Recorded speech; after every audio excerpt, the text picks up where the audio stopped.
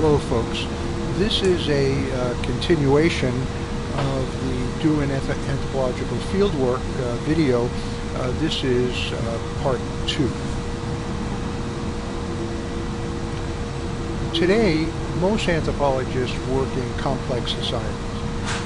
Back in 2005, my colleague Vadim Moldovan from Social Work and I began doing field work in the Republic of Moldova, a former Soviet republic.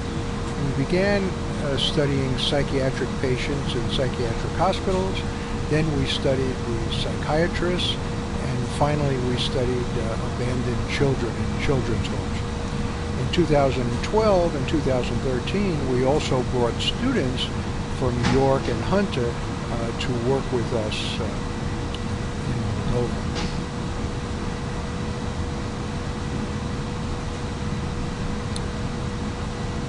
These are some of the students we brought from York and Hunter.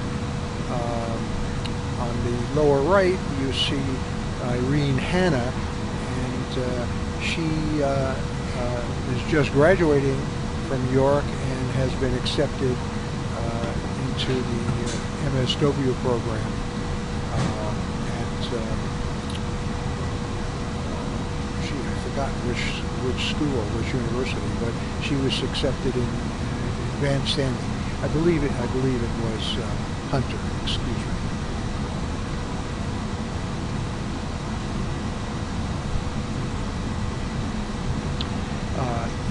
What you're seeing here is a sort of a Sunday picnic we had at the little weekend house of the professor we worked with, and here are two of the fellows setting up a barbecue.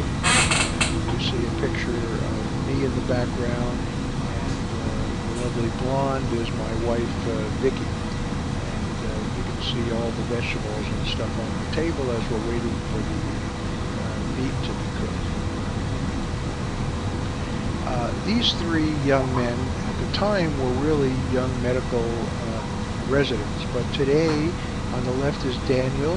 He heads a children psychiatric center. In the middle is Vadim. We used to call him Little Vadim. He is now the associate director of the psychiatric hospital we worked in. And on the right is Vladimir, who is chief psychiatrist in one of the wards in the hospital. So in those days they were students, and 5 years later they're all successful young psychiatrists. Here is an example of Victoria.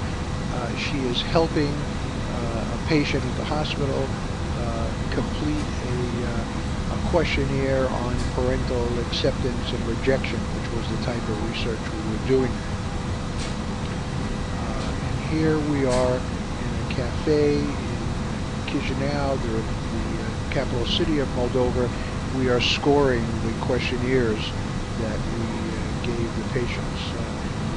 It's a beautiful country, and summer, plenty of outdoor cafes, so that's where we chose to do our. This here is Vicky, my beautiful wife. We are at a cafe in another city in Moldova where we looked at the hospital there and collected some data. And here is Vicky dancing with Dr. Professor Anatoly Naku, who is the chief psychiatrist in Moldova and was the gentleman that we worked with and helped us conducting our research. My wife Vicky is an elementary special ed teacher in New York. She comes from Columbia, and I met her actually at York College when she was taking some English classes. She had already graduated in Columbia, and we've been married now about 16 years. She went on to Lehman and she got 2 masters, and then finally she got her PhD in educational technology at Capella University. So she usually goes with me to the field and helps out and does some of the research as well. And of course, the product of research is to publish our results, and here are the front pages of two articles we published. On the left, the influence of father absence on perceived parental rejection of the chronically ill in Moldova. And on the right is another article we published on the services for the chronically mentally ill in Moldova.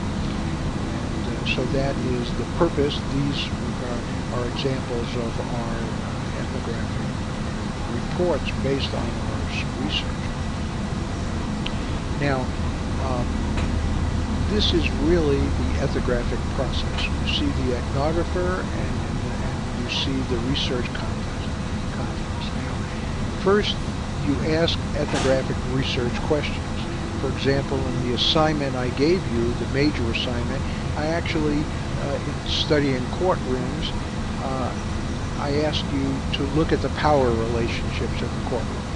Normally, you would develop your own research questions, your own interest in what it is you wanted to do and study in your ethnographic research. To get students started, I just gave them a topic to make it go quicker. The next step, number one, would be selecting the site. Where are you going to do this research? Where it makes sense given the research questions you want to ask. Second would be collecting your data, your observations, your interviews, your document reviews. And three, recording your data. That's taking field notes, images, any videos, etc. And then four, you're analyzing your data. The identification of any domains. These are mental images that the people of that culture or subculture have about their world. And any themes you see or patterns or particular events, etc. And then finally, you write the ethnography. You write the report of what you have seen, heard, and the information you collected. And generally, that leads to more research questions, which you would then develop and then either go back to the same site or select another site. And that is really the process of ethnographic research. And at the end of each cycle, you produce some kind of written work, which is really represents new knowledge about what you have looked at. Now, finally, I just wanted to give some do's and don'ts about doing interviews, and this was created by Kathy Halverson. One is try to put your interviewee at ease. Make small talk for a few minutes beforehand. Actually, do not start interviewing until you know the person a little or they know you a little, so which is what we call establishing some rapport. And then do choose an interview setting where your interviewee will feel comfortable and you will feel safe as well as them. And also, don't interrupt them when they're talking. And don't put words in your interviewee's mouth. It is okay to follow up by repeating what they said and asking whether you've captured it correctly.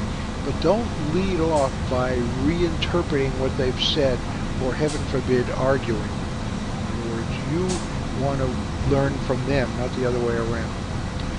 Do get familiar with your questions beforehand.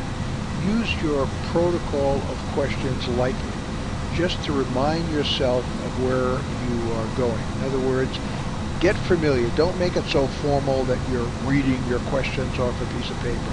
Try to remember them and just be able to glance quickly at a piece of paper to remind you where you're at. And do figure out on how you're going to record your interviewees' responses.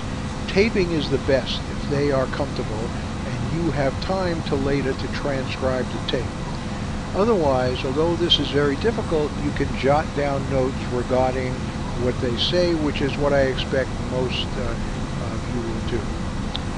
Do think about what you are asking and why beforehand. In other words, You want to be able to ask good and perhaps unexpected follow-up questions to their responses.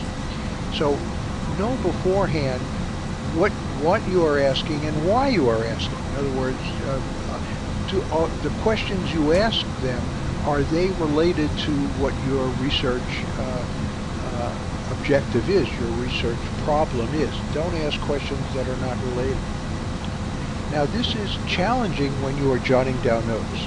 So try to listen what they are saying and catch something new that you may want to probe about. And finally, do relax and enjoy the interview. Most people like to be interviewed.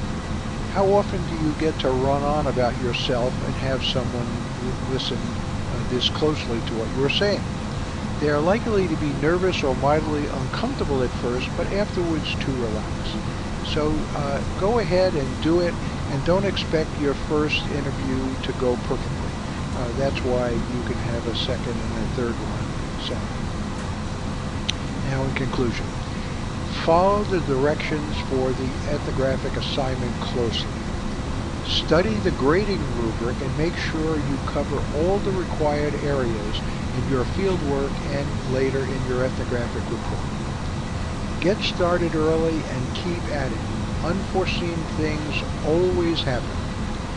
And this is a large part of your grade, so give it the time and attention that it deserves. And this latter part is important.